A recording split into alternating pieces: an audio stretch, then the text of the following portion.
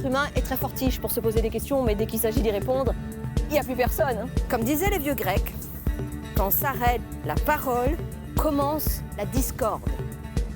Où est la vérité? Et y a-t-il une vérité?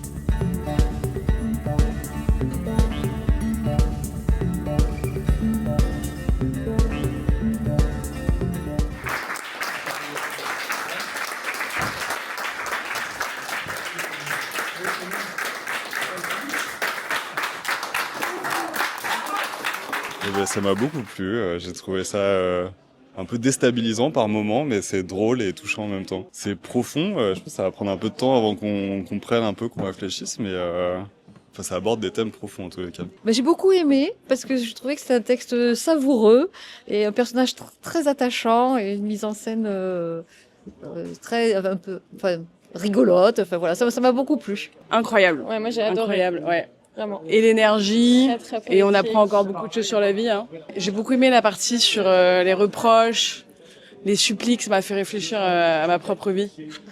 Ouais. Je pense que je vais traiter autrement mon compagnon. Rigole. Enchanté. J'ai trouvé cette pièce très éclairante pour comprendre pas grand-chose et comprendre qu'il n'y a pas grand-chose à comprendre. Et je trouve que c'est super vivant, super réfléchi et que ça fait avancer. Donc... Alors, qu'est-ce qui t'a donné envie d'adapter ce texte de Fred Vargas? En fait, quand je l'ai lu, j'ai trouvé que c'était du clown tout de suite. C'était beaucoup de textes, c'était très verbeux, quoi. Et je me suis dit, mais ça donne envie de construire un truc au plateau, parce qu'elle avait envie de faire une œuvre totale. Elle dit, je veux faire une œuvre totale, mais je vais vous expliquer comment on fait pour vivre.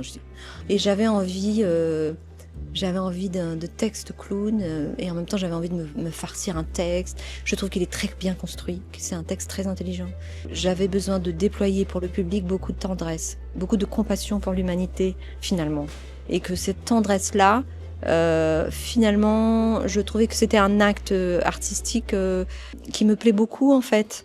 Qui est on a besoin de tendresse, quoi, aujourd'hui. Malgré le côté désopilant, complètement con de son œuvre, mine de rien, derrière, il y a un énorme élan de tendresse pour l'humanité. Dans le texte original, elle dit qu'elle vient d'un bled normand, Villiers des Codards, et du coup j'ai inventé un nom créole qui ressemble à un nom de la Réunion qui n'existe pas, mais qui pourrait exister. Et puis après j'ai rajouté, elle a des petits adages comme ça, je les ai mis en créole. C'était compliqué d'adapter ce texte, qui n'est pas un texte de théâtre, d'adapter au théâtre. Comment se passe ton Avignon? Écoute, très bien. On est content parce que on a un très beau public qui accroche bien, qui est content et très chaleureux et qui suit bien. Et donc tu m'as dit c'est une association d'une compagnie de La Réunion et d'une compagnie d'Avignon. Ouais. Tu peux me redonner les deux noms? Alors à La Réunion, c'est la compagnie L'Époque Épique. Et à Avignon, c'est la compagnie Il va sans dire d'Olivier Barrère. Donc Olivier, c'est le metteur en scène.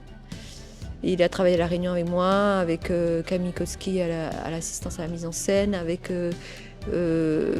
Anne-Laure Julien de la Fuente pour la scénographie et Valérie Foury à la lumière. Elle a aidé au montage du décor. Voilà.